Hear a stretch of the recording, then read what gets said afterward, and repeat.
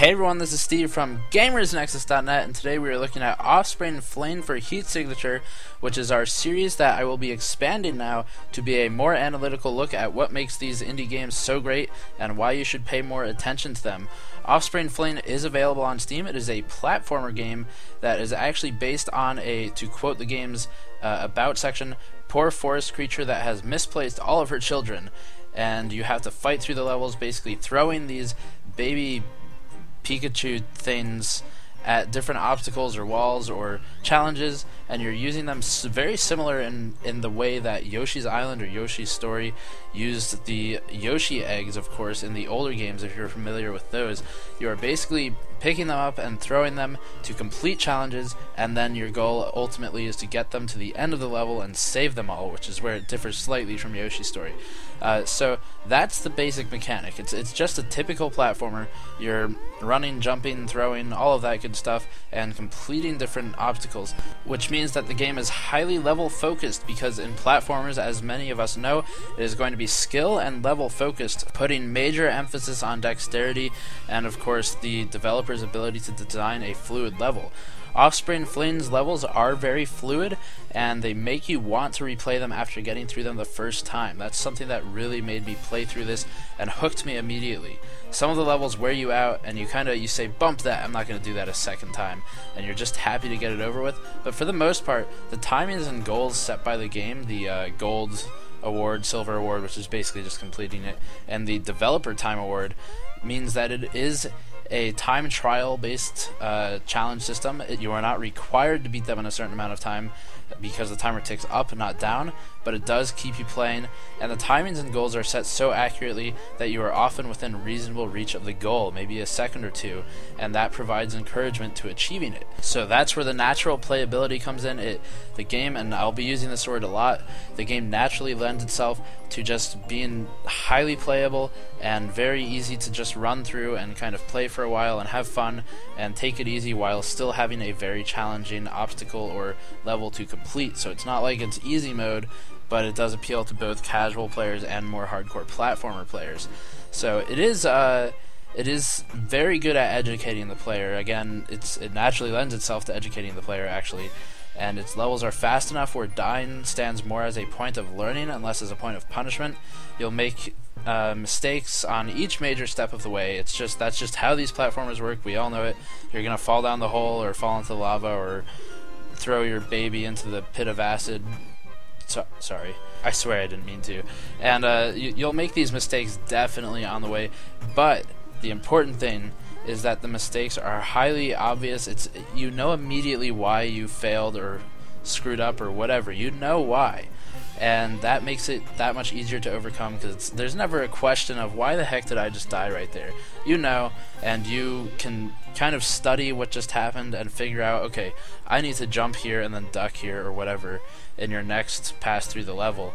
And that just means you're going to die another 3 seconds later to something else, and then you'll figure that one out, and you eventually make it through the entire level without dying, and then you start speed running it, because your first time through you'll probably see, okay, I'm 5 seconds away from getting the gold time, I can totally do that. You grab gold, then you get within a second or two of the developer's time, and you can see the developer's ghost character running through the level if you're close enough to his time. And when you see that, that's kind of when you can study exactly how he plays it and try to beat his time, which is actually fairly challenging. That's the biggest challenge in the game. So it all makes you feel very smart, actually, when you complete these challenges, and only to immediately die and the cycle repeats itself. But it inevitably leads to your completion of the level, and it's just really well designed. That's all I can say about it. The challenges are hard without being prohibitively frustrating, and they still require dexterity and planning to overcome in some cases. So everything seems to flow very well together, and it's all definitely thought out. It has a fun look to the game. It has really good art style and fun characters and a fun idea in general of just throwing these babies around to overcome things. So that's the word of the day for this game. It's just fun and I guess naturally fluid, as I said earlier. So that's what makes it good, is just everything I just said. Why you feel smart when you complete the challenges, you don't feel like you're getting beat up when you keep falling and dying, and it'll let you skip a level and go to the next one if you feel like the current one is too tough for you, or you don't like something about it. So, dying may make you lose 30 seconds, probably less, and it's always obvious what the cause was, but not necessarily obvious what the solution is. And that's where the game comes in with its reward of both trial and error players. If you're one of those, it will reward you just as much as it rewards the slower, more strategic and thoughtful play styles. So if you see something that looks like it might work, and you can see it from where you are, but you're not quite sure, can I throw this thing and jump and catch it and then throw it again? Will that work, or will I die? You can try that, and you might lose a couple seconds. It's really not a big deal, which makes it perfect if you're not the type of person who will sit there before the level starts and say, okay, this is my path I'm going to take, go. The game is welcoming and encouraging of multiple playstyles.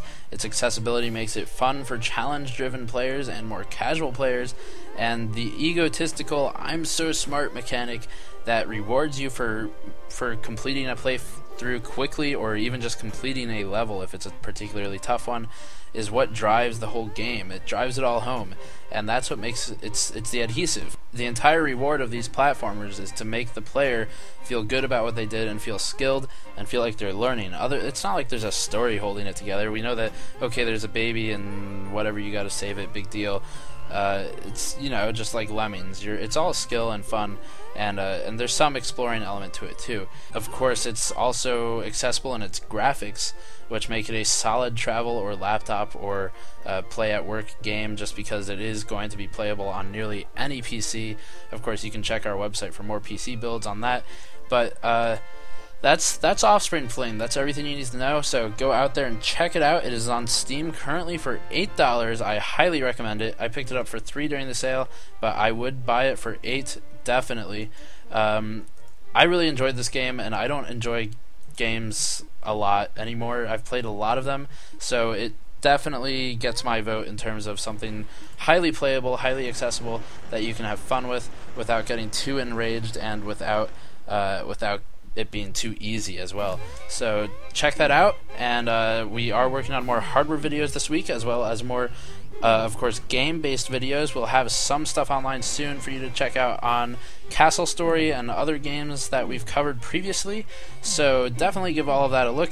If you like this video, please like it, comment, and subscribe. It really helps me make more of these, and I will talk to you guys next time.